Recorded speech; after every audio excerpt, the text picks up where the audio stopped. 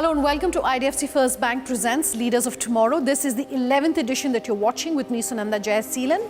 I'm talking all about the big ideas for a new India from the auto space. Who better than to do the context setting in terms of the clean and green energy, in terms of digital technology and how it's really transforming the country than Maruti Suzuki. I'm here at the beautiful office in New Delhi, really talking about what it is going to take to transform the country. Listening.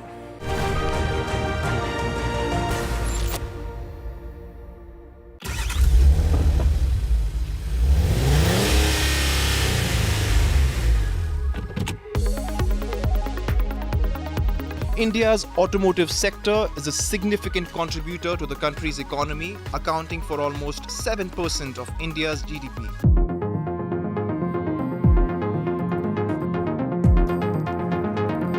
With the third largest automotive market in the world, the sector is estimated to be valued at $160 billion by 2027.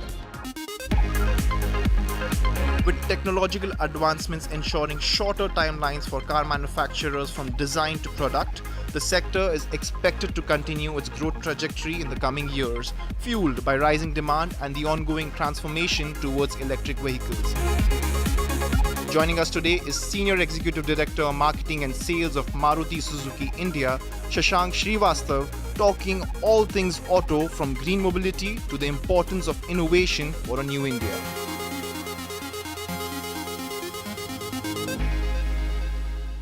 Thank you so much for speaking with us here on the Leaders of Tomorrow, talking about the big ideas for New India. And I think it's very appropriate that we're starting with the Maruti 800 in the background. And first and foremost, I want to pick up on a sentence that you told me, that a car these days is data on wheels, and not just wheels on data. It used to be wheels on data. Wheels with data. Wheels with data, but now it is data on wheels. Data on wheels. What do you mean by that, sir?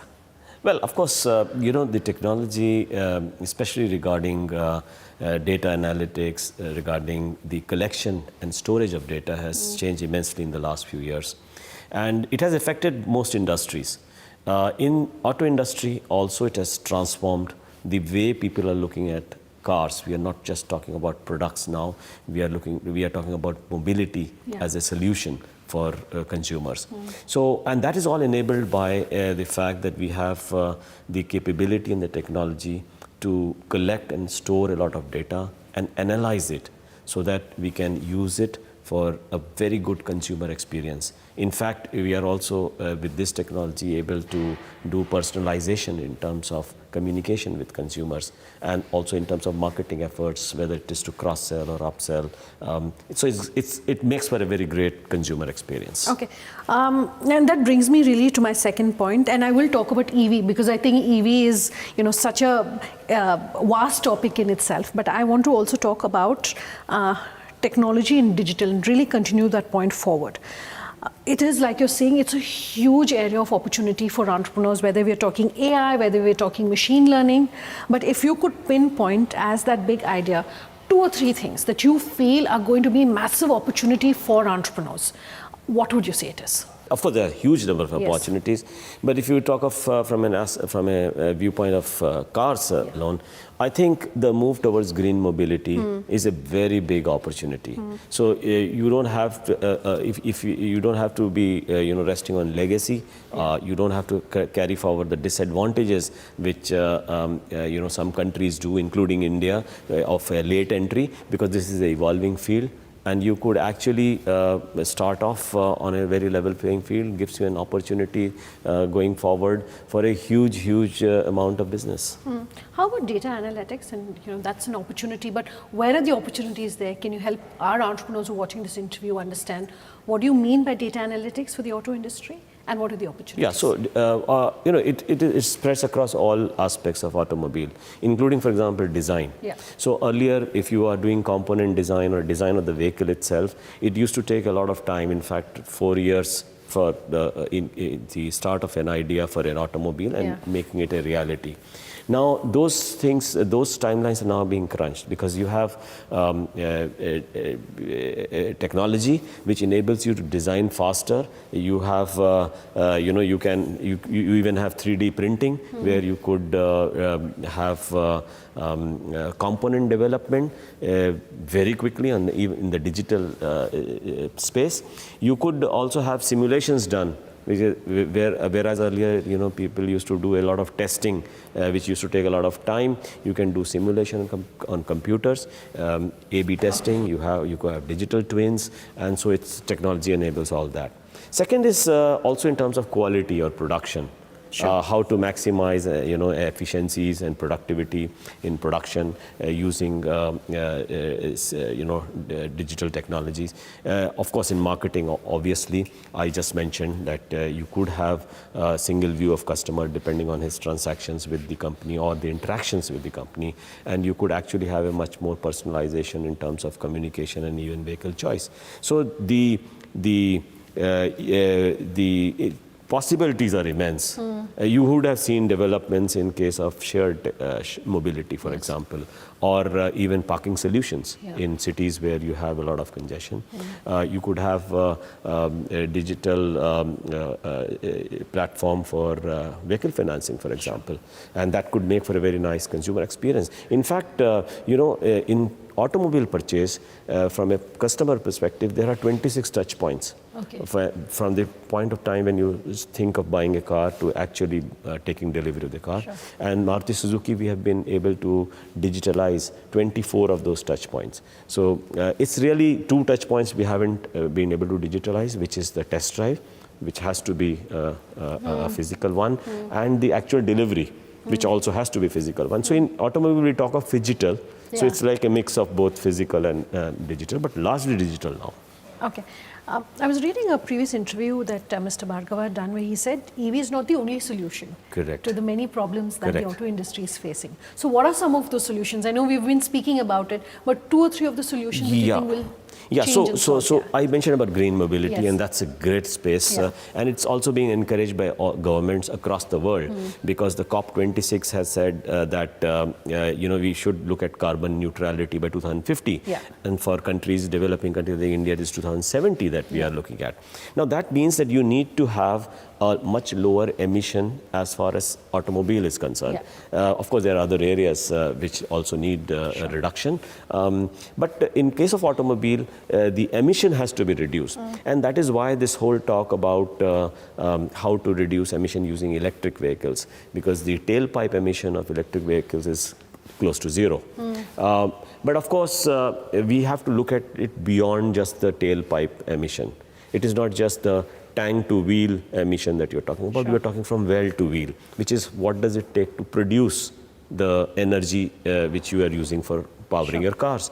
For example, if it is fossil fuel, the energy or the overall emission which happens has to be taken into account. Electricity, if you produce largely from coal, for example, is not as clean. Even if the vehicle is clean, the production of the energy itself may not be clean. And they are also talking beyond this, which is what is called cradle to grave. Which is what do you do, for example, with batteries after you have used the cars. So we have to look at the whole spectrum, and it is now the consensus that it is a mix of technologies which are going to help reduce emissions. And that's what Maruti Suzuki is following. We have strong hybrids, which sort of are a mix of battery powered and gasoline powered. And you don't have the range anxiety because you don't have to have a separate charging infrastructure for it. So that's a good solution. We have such clean fuels like CNG. We have biogas.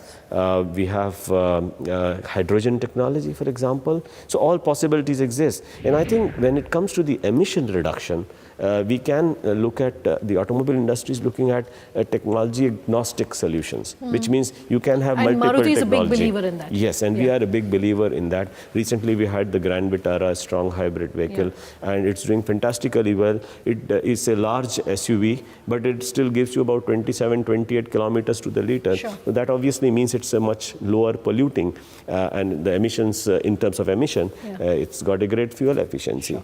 We are promoting CNG also. I mean, 20% of our sales now come from CNG. So I think going forward, we are talking of electrification before it is electric. So Okay. the steps towards electric, Sure. and there is a consensus in the industry that maybe electric vehicles will become mainstream. But when they will become mainstream is not, there is no consensus. Sure. So it's a question not of whether, it's a question of when. Okay. And I think the projections currently are that by 2030, about 17 to 20% of the Indian car market will be EVs.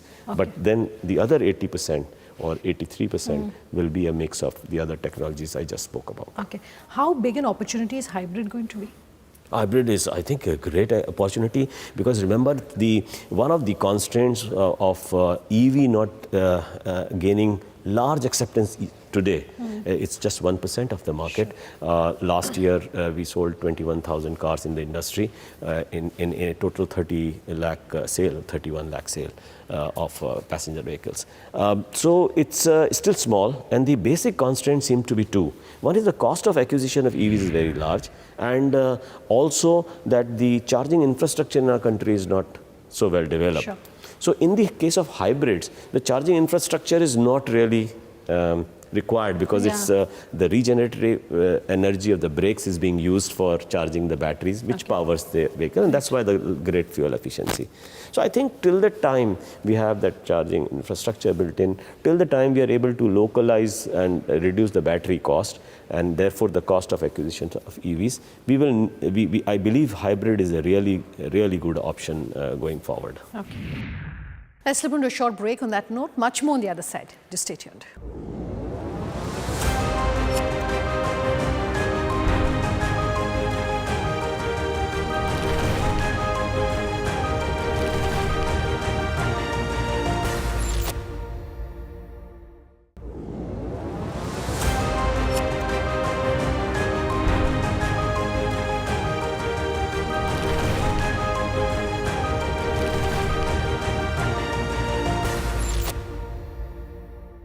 Welcome back. You're with us here on IDFC First Bank presents Leaders of Tomorrow. You're watching a big exclusive with Maruti Suzuki on the auto space.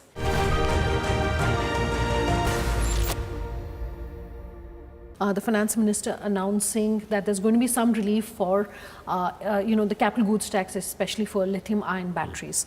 Given everything that's been happening around lithium-ion, also semiconductors, Maruti has gone on record talking about chips and chips being a concern in the recent months. Is that phase over? You feel that there's going to now, the supply side constraints have been eased to a large extent?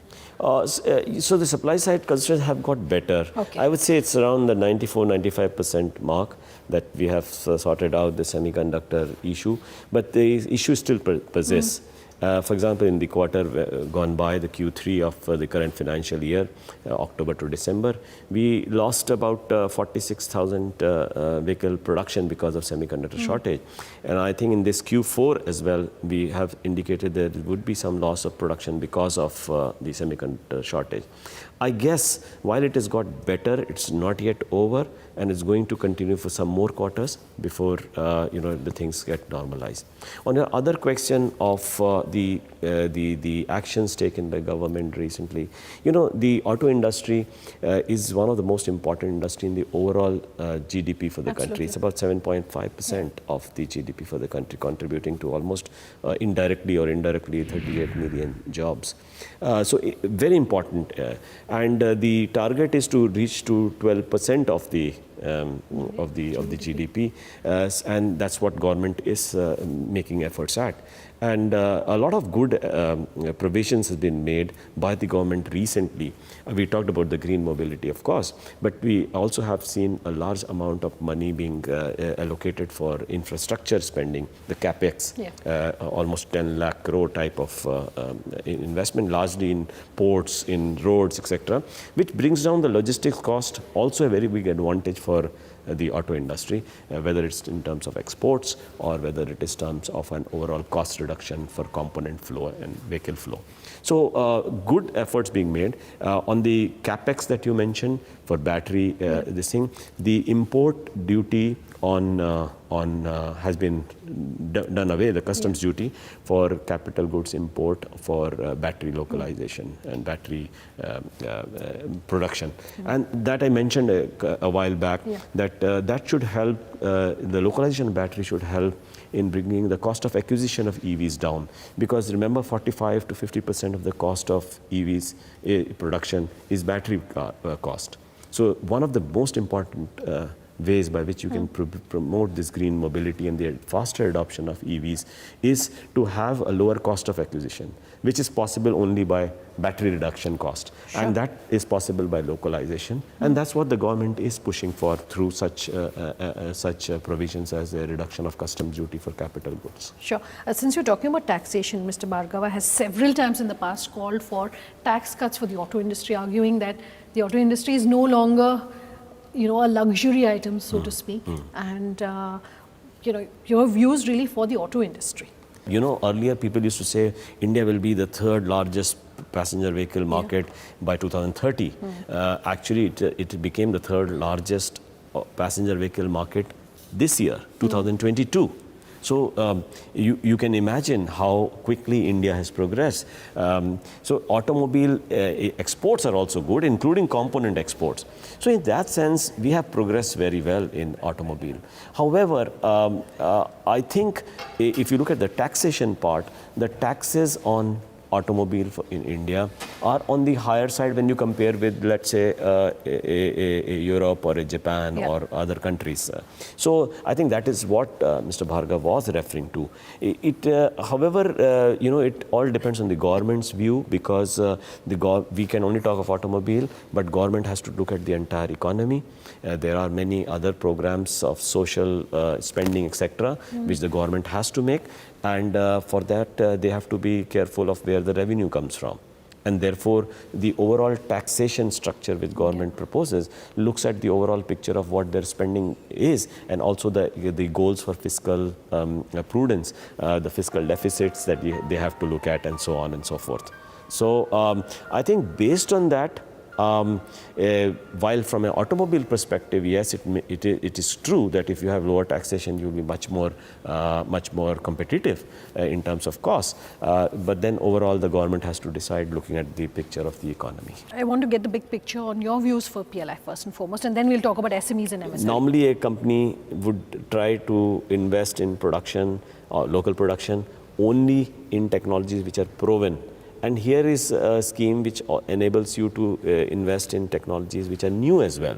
So in that sense, it's great for Atmanirbhar Bharat, because it encourages localization, and it gives the companies a great confidence in investing in production for the future. But for small businesses which have forever said that the caps are too high for them to really participate, government hasn't really done much on that. How do you see that perhaps? Innovation, I believe, is going to be a major competitive advantage for any country. And any country which encourages startups, innovation, incubation of new ideas are really creating the base foundation for a long-term competitive advantage. I want to ask you, reports suggesting, and Maruti has also gone on record to say that the small car business, which was at about 70-75% of your total portfolio, you're expecting will become about 60-65% of your total portfolio.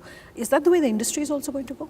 Yes, I think the industry, you would have seen in the recent past, the hatch segment, the small car segment, has actually reduced. It used to be about 45% of the industry, 43-45% 2 years back. It's roughly at 35% now. And most of it has been taken up by the growth in the SUV sector. And you see these two launches which are in the SUV segment, including the other one there. You have the SUV, and that's SUV segment is now the largest. It's around 42% of the market. We believe this trend is going to continue for some time. Probably SUVs will reach around 50% of the market going forward, and that's the trend we have seen in other countries as well, whether Latin America, China, Europe, US, and other nations as well.